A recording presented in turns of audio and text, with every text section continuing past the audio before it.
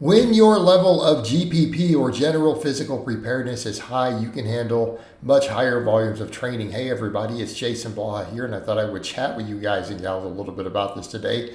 Again, this is a topic that has been extremely well understood in the highest circles of strength training, powerlifting, strength and conditioning for a long time.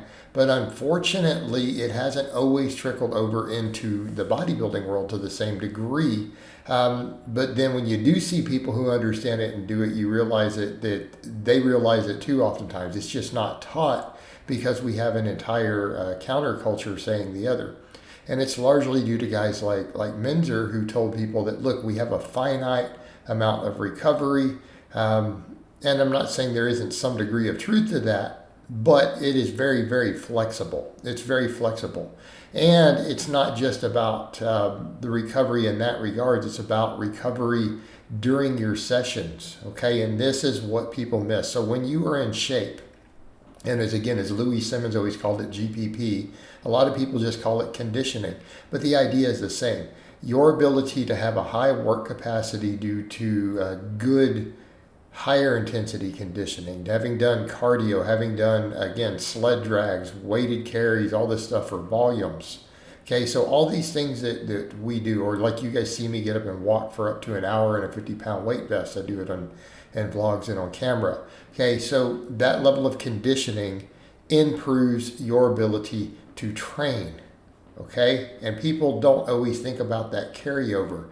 And I've displayed it because I blog everything, and people have noticed that as I've continued to get into shape on the conditioning side, everyone's like, oh, are you doing it just to lose fat? No, it's not just about the fat, because I mean, all of it adds up, right? The lifting contributes to that. The cardio contributes to that. But the idea is that when you are in shape, and this is something Louis Simmons noted, and it's something I'm noting more and more as a coach with a lot of my lifters who choose to be out of shape and they don't have the time commitment for the conditioning side. They can't work out to the same degree. Okay, and people don't realize that. They think of these things as completely separate disciplines, and if you just lift weights more, that's everything you need to build work capacity, but it isn't. So one of the things I've noted is the ability to recover between sets and the ability to sustain performance through the duration of a workout. And I can say that when you see people who lose reps on their exercises, particularly their big exercises, they lose reps set to set, even with longer breaks. This is an indicator that they are out of shape. This is an indicator of poor GPP. All right? So, example, when you guys watch a lot of the stuff that I've done here, you've seen me come in and hit, relatively hard sets on incline with 225, and then my third set get a lifetime rep PR after benching, example. Or like some of the clips you'll see through here from the back and bicep day and the chest and tricep. Some of these I replicated those sets all the way through. Meaning those weighted pull-ups, even though I probably only had at best one rep left or could have ground out a really ugly rep, I still managed to complete 10 reps with that weight, 3 sets in a row. Right? We get over to barbell rows, same thing. Having to where you're having to cheat just a little on the last rep or two. Form is breaking down. You pretty much reach failure. Rest a few minutes, come back and repeat it. The same reps every time. Okay? The only exception might be if you reached true failure, you might lose a little bit. But when you are in shape, you can generally replicate your performance longer.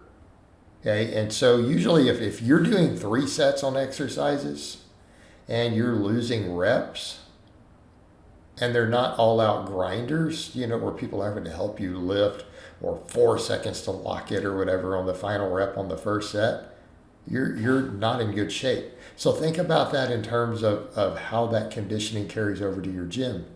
So what happens if you can maintain performance? That means you're going to get better set-to-set muscle stimulus, okay?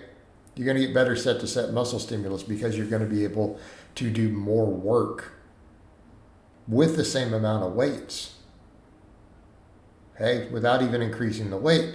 You're going to be able to do more total work. We're not talking about just your opening set, talking about over the duration of a workout. So that work capacity matters.